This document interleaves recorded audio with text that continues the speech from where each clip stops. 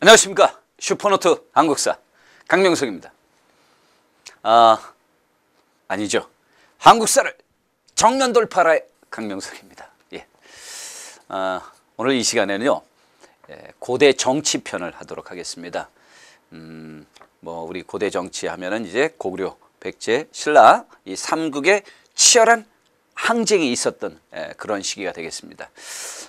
영원한 친구도 없고 영원한 적도 없습니다. 어제의 친구가 또 오늘의 적이 되고, 오늘의 그 적이 또 내일에는 동지가 되는 그러한 삼국 항쟁의 아주 그러한 치열했던 시기를 이 시간에 시작해 보도록 하겠습니다. 예, 준비되셨습니까, 여러분? 예, 시작하겠습니다.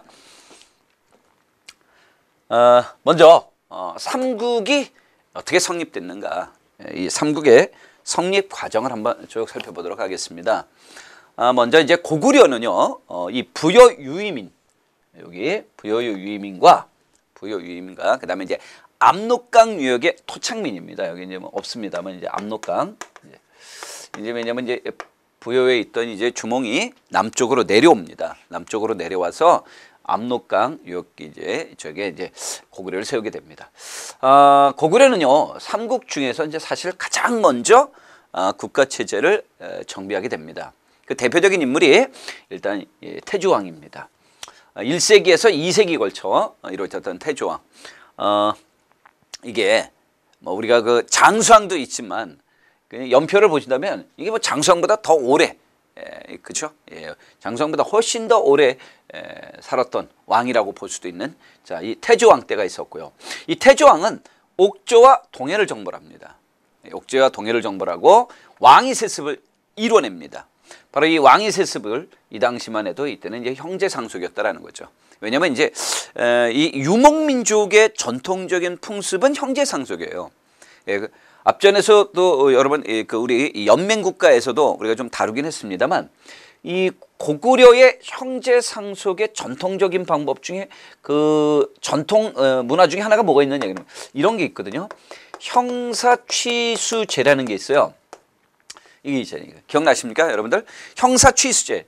그러니까 이 형이 죽으면 형의 아내를, 형수를 동생이 부인으로 삼는다, 이런 풍습이었잖아요. 이게 이제 형제상속이라는 거야. 왜냐면 이제 형이 결혼해서, 아니지. 형이 돌아가셨단 말이야. 형이 죽고 났는데 그 형이 큰형이야. 근데 만약에 큰형이 돌아가셨다. 근데 형수가 그 큰형의 재산을 다 가지고 다른 부족으로 시집을 가버리면은 우리 집안이 쫄딱 망한다는 거죠. 그래서 형제상속을 주로 했던 지역이 주로 이제 유목입니다. 저쪽에 뭐 부여라든가 고구려, 그 이후에 거란, 여진 이쪽이 다 그런 풍습을 좀 많이 갖고 있다라고 보시면 됩니다. 그래서 이제 고구려도 전통적으로 그런 처음엔 형제상속이었다.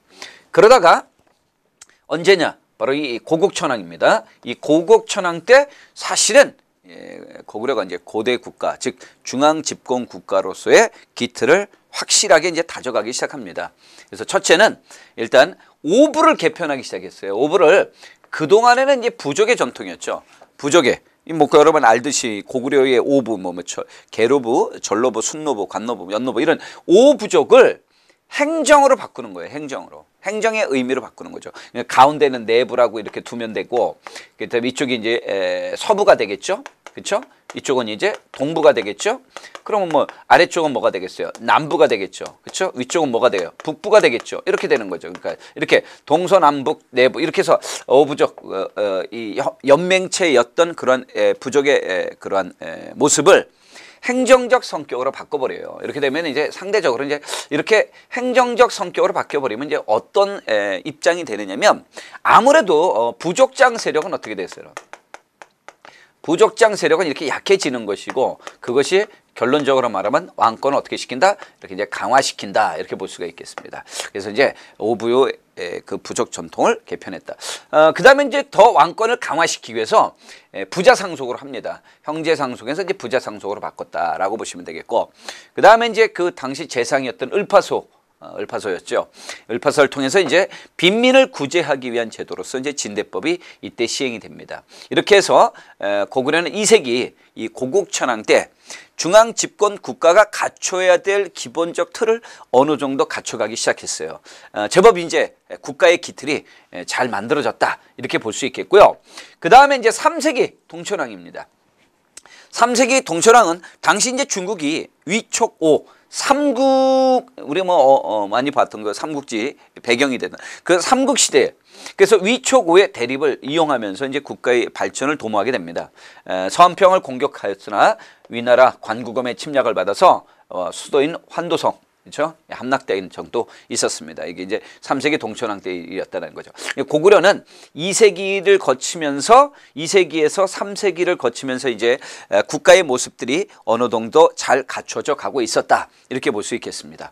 자, 그러면 이제 백제는 어땠느냐라는 거죠. 백제. 자, 백제는 고구려의 유민이죠. 예, 그 뭐 비류와 온주가 이렇게 내려옵니다. 남쪽으로 내려와서 한강 유역의 토착민입니다. 여기 또 이제 한강 유역의 토착민과 결합해서 백제가 만들어집니다. 백제는 부역 고구려와 이제 한 계통이다. 이렇게 얘기하는 건 뭐냐면 이렇게 뿌리를 이렇게 큰 뿌리 알겠죠? 뿌리를 이렇게 부여라고 하는 나라를 바탕으로 했다면 부여를 바탕으로 했다면 이 부여에서 이렇게 이제 줄기가 솟는데 그 중에 하나가 이제 고구려였고 이 고구려에서 또 파생된 또 하나가 이제 어디였다? 백제였다. 이렇게 보는 거죠. 그러니까 부여라는 하나의 뿌리를 두고 있는 나라가 이제 백제였다라고 보시면 됩니다. 그래서 백제에는 이 부여라는 전통을 오랫동안 갖고 있어요. 나중에 보면 알겠지만 6세기 성왕에는 나라 이름을 남부여라고 합니다. 그리고 이제 백제의 왕족의 성도 부여씨입니다. 이런 것들을 보면 이제 부여를 백제의 근원이라고 보고 있다라는 걸 우리가 알 수 있죠. 아직은 연맹국가였어요. 2세기 때 백제는요 연맹국가였어요. 연맹국가. 고대 국가로서 아직은 성장이 덜 된 상태였다. 그러면 연맹국가와 이제 고대 국가로 넘어가는 그 차이는 뭐냐? 연맹국가는 왕은 있죠. 예, 왕은 있는데 아직은 왕권이 약해요. 그러면 이제 왕권이 약하면 어떤 사람들의 세력이 강하다는 얘기냐? 각 부족장의 세력이 아직 강하다는 얘기죠. 그러면 이 연맹국가가 그 다음에 이제 무슨 국가가 되려면 고대 국가가 되려면 어떻게 되느냐? 이렇게 연맹국가에서 만약에 이렇게 고대 국가로 발전을 하려면 여러 가지가 있겠지만은 그 중에 하나가 이제 왕권을 아주 강화시켜야 되거든요. 그 왕권 강화를 위해서 왕위를 어떻게 해야 된다? 이렇게 세습시켜야 돼요. 왕이 세습해야 되죠. 그 다음에 이제 국민의 사상적 통일을 위해서 불교 받아들여야 되죠. 그 다음에 또 율령을 반포해야 되죠. 율령 반포해야 되죠. 그리고 이제 영토 확장을 위해서 정복 사업 이런 것들, 정복 활동들을 활발하게 이런 것들이 갖춰지면은 이제 고대 국가로 이제 들어섰다라고 봐야 되는데 이 백제는 바로 이 고대 국가로 들어서게 된 시기가 3세기 고이왕 때다라고 보시면 되겠습니다. 자, 이 3세기 고이왕은요 낭랑 대방을 공격해요. 낭랑과 대방을 공격하여 영토를 확장합니다. 이렇게 영토 확장했다라는 것 통해서 전국 사업을 이루고 있구나라는 걸 알 수 있죠. 그리고 이제 한강유역을 차지하게 되죠. 그래서 이제 한강유역을 차지하죠. 그 다음에 이제 중국의 아주 이 고대 국가로 갖춰야 될 가장 기본적인 놈은 율령이에요. 이 율령을 반포해서 국가의 기본 틀을 딱 만들어내요. 그리고 이제 관리들의 복석을 제정했고요. 이 율령 반포를 통해서 관제를 육자평 16관 등을 정비하게 됩니다. 그리고 왕위 세습이 이루어집니다. 보십시오, 여러분. 방금 전에 연맹국가에서 그 다음에 이제 고대 국가로 발전하는 과정에 보면은 왕위 세습 있죠. 왕위 세습 나왔어요. 비록 형제 상속이지만 왕위 세습 나왔고요. 불교 수용, 불교가 아직 안 들어왔어요. 그렇죠? 불교 아직, 그러니까 무슨 말이에요? 고이왕은 완전한 고대 국가로 완성시켰다고 할 수는 없고 고대 국가로 이렇게 막 접어들었다. 그렇죠? 고대 국가로 백제가 이 태조왕과 고국천왕에 의해서 이제 고대 국가로 접어들듯이 백제는 고이왕 때 율령 반포했죠, 그렇죠? 그 다음에 이제 정복 사업화를 했죠. 이건 고대 국가로서의 기틀을 이제 서서히 만들어가는. 그래서 이제 백제는 3세기가 이제 어떠한 고대 국가로서의 이제 진입하는 그런 시기였다라고 보시면 되겠습니다. 자, 그렇다면은 삼국 항쟁에 있어서 이제 또 하나의 나라가 이제 신라인데, 신라 보겠습니다. 신라는 이 고조선 멸망 이후에 위쪽에서 고조선 멸망이 북방에서 많은 유민들이 내려옵니다. 그 유민과 경주 지역이 이제 토착민이 결합이 돼서 이제 신라가 만들어집니다. 이때는 이제 사로국이라고 했었고요. 박씨, 석씨, 김씨가 이사금을 추대합니다. 이사금 연맹의 대표죠. 이때까지 이제 아직도 신라는 연맹국가였구나. 똑같고요. 4세기까지 연맹국가입니다. 그러니까 신라는 4세기까지, 3세기까지, 아직은 3세기까지가 2세기, 3세기까지 연맹국가였다라는 거. 다시 말하면 이제 고구려가 2세기 때 고대 국가로서 진입하기 시작했고, 백제가 3세기 때 고대 국가로 진입했다면 신라는 아직은 무슨 국가에 멈춰 있었다? 연맹 국가에 멈춰 있었다라고 보시면 되겠습니다. 그러니까 이제 상대적으로 이제 국가는 고구려가 가장 먼저 출발했고, 그 다음에 이제 백제가 따라가고, 그 다음에 신라죠. 근데 백제는 비록 늦게, 고구려보다 늦게 고대 국가로 출범합니다만, 중국의 선진 문화를 받아들임으로써 국가의 체제는 더 빠른 속도로 완비가 돼버립니다. 그래서 가장 빨리 전성 시기를 맞게 된다, 이렇게 볼 수가 있겠습니다. 자, 그러면 이제 삼국의 국가 체제들이 어느 정도 갖춰가기 시작했다면, 이 삼국 항쟁 중에 어떤 나라가 가장 먼저 이 주도권을 잡았을까? 이걸 좀 우리가 또 봐야 되겠습니다. 삼국 항쟁의 주도권은 백제가 먼저, 고구려가 가장 먼저 출발했지만 실은 백제가 가장 먼저 삼국 항쟁의 주도권을 쥐게 됩니다. 자, 볼까요?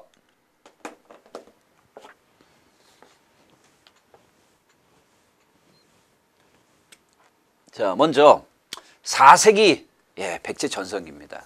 4세기는요, 3세기까지는 이제 백제와 고구려가 같이 나란히 이렇게 발달을 했지만 사실은 뭐 거의 이제 백제 전성기다라고 봐야 됩니다. 그래서 4세기 백제 전성기. 그 중에서도 특히 이 근초고왕, 바로 이 고대 국가의 무슨 시기? 이렇게 완성 시기. 야, 한마디로 말하면 이제 이때 백제는 이때 고대 국가가 완성이 된 거야. 우리 끝났어. 우리 이제 국가 끝났어. 백제는 이제 우리 고대 국가 끝났어 할 때 신라는 이제 막 시작하는 거야, 고대 국가로서. 그러니 뭐 차이가 크죠. 일단 만의 전 지역을 다 통합합니다. 만의 전 지역, 이 만의 전 지역을 통합했다는 얘기는 이제 가야에 대해서까지도 지배권을 가질 수 있었던 그런 상당한 영향력을 갖고 있었고요. 고구려 평양성을 공격합니다. 평양성을 공격했다, 이렇게 보시면은 고구려 평양성을 공격했다, 그러면 누구야? 이렇게 가면 여기 있다, 고구권왕이죠. 이 고구권왕이 고구려 평양성을 공격해서 고구권왕이 백제 근초고왕의 침략을 받아 전사합니다. 고구권왕 괴로워. 이 고구권왕 안타깝습니다. 그래서 이제 고구권왕이 백제의 침략으로 전사한 왕이 이제 고구권왕이다. 아이고 원통해라, 고구권왕. 그 다음에 이제 요서, 산둥, 일본의 규슈까지 연결되는 고대 상업 세력을 형성하게 됩니다. 가장 큰 또 이 상업권을 형성했죠. 그 다음에 이제 중국의 동진과는 수교를 하고, 외와도 적극적으로 교류하죠. 특히 이때 외와의 교류를 입증해 줄 수 있는 유물이 우리 근초고왕의 선물로 하사한 게 이제 칠지도라는 거죠. 칠지도를 통해서 이제 백제와 일본과의 긴밀한 교류를 엿볼 수 있습니다. 자, 앞쪽에 있었던 고이왕이 왕위 세습을 형제 상속으로 했다면 이때 이제 부자 상속으로 이루어집니다. 그래서 왕의 부자 상속을 통해서 왕권이 훨씬 더 한층 더 강화되었다, 이렇게 볼 수 있고요. 그 다음에 이제 역사 편찬. 이 백제가 자신들의 국력을 과시하기 위해서 역사를 편찬하게 됩니다. 그래서 공으로 하여금 이제 석이라고 하는 역사를 편찬하게 했다라는 거. 나름대로 이제 자기 나라의 역사적 자부심이 필요했던 거죠. 그래서 국력을 과시하기 위해서 이제 역사를 편찬했다. 아즈키와 왕인이 또 일본으로 갑니다. 일본. 이렇게 특히 이제 아즈키와 왕인 박사라고 많이 하죠. 그래서 뭐 유학, 노노라든가 그다음에 뭐 천잠, 이런 것들을 이제 일본에 이제 전해주기도 한다라고 보시면 되겠습니다. 그래서 이제 이들이 일본에 가서 이제 특히 일본에 이제 이들 때문에 발달한 문화가 이게 아스카 문화입니다. 그래서 이들에 의해서 이제 일본 아스카 문화에 영향을 주게 된다, 이렇게 보시면 됩니다. 이렇게 해서 일본 아스카 문화에 영향을 주는구나, 이렇게 볼 수 있겠죠. 참 웃긴 건요, 우리가 분명히 일본에 이렇게 하사품으로 내린 거야. 이 외왕에게. 아니, 이 고대 상업 세력을 형성했던 근초고왕 아닙니까? 백제 고구권왕이 죽을 정도로 이 강력한 백제의 힘. 그래서 백제 이 근초고왕이 일본 외왕에게 이제 선물로 칠지도 선물을 딱 줍니다. 받을 때 어떻게 받았겠어요? 아리가또 고자이마스 이렇게 하고 받았을 거 아닙니까? 그래놓고도 지금 와서는 이제 역으로 이 백제가 자기네들에게 조공을 바쳤다는 거야. 조공을. 이게 얼마나 얼굴이 두꺼운지 몰라. 일본 애들은 막 아마 그럴 것 같아. 걔네들은 뇌 구조와 이게 다를 것 같아. 피부 조직, 뇌 구조, 신체의 반응이 다 우리하고 분명히 달라. 왜냐면 생각해봐. 우리는 어쩌다 한 번 거짓말 하더라도 피부가 떨려, 눈가가 떨려, 심장이 두근거려 뭐 이러는데 전애들은 생활이야, 생활. 역사 왜곡, 거짓말 이게 막 생활이니까 아마 우리보다 뇌 구조가 분명히 다를 거예요. 이 칠제도를 우리가 우리가 조공으로 바쳤다는 거예요. 지들은. 세상에 큰 나라가 작은 나라 조공 바칩니다. 그러한 논리가 일본에서는 또 통해요. 참 그런 면에 보면 참 안타까운 거죠. 아무튼 백제 근초광이 이렇게 큰 활동을 하면서 이 고대 국가의 기틀이 이제 완성이 되고, 그래서 백제가 이때가 가장 잘 나가던 전성기였다라고 보시면 되겠습니다.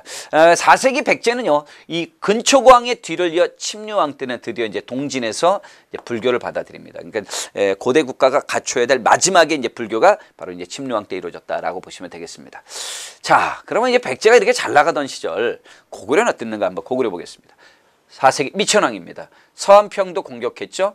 그리고 이제 낙랑과 대방을 축출합니다. 이 낙랑 대방은 고조선이 멸망하고 한나라가 설치했던 한사군의 잔재인데 딱 없애버렸어요. 그래서 우리 고조선의 땅을 찾았습니다. 다음 고구려 왕들 중에 제일 불쌍한 왕, 안타깝고 불쌍한 왕, 고구관왕. 아이고 이렇게 생각하면 돼. 아이고 원통, 이렇게 아이고 원통해라. 얼마나 불쌍해. 아이고 원통해라. 고구관왕 선배족의 침략을 받아. 그래서 환도성이 함락된다고. 환도성이 함락돼 갖고 아버지 미천왕의 무덤을 탈취당한다고. 이게 얼마나 자식으로서 불효막심한 얘기입니까? 그런데다가 근초광에 침략받아 갖고 또 죽었어요. 이렇게 해서 이제 고구관왕은 안타깝게 고구려에서 가장 찌질하게 이제 하다가 이제 죽었습니다. 너무 안타깝죠. 그 고구관왕의 이제 뒤를 이은 아들이 이제 소수림왕입니다. 자, 소수림왕도 고구려에서 빼놓을 수 없는 왕 아닙니까? 이 소수림왕은 참 냉정한 왕이라고 봐야 돼요. 아주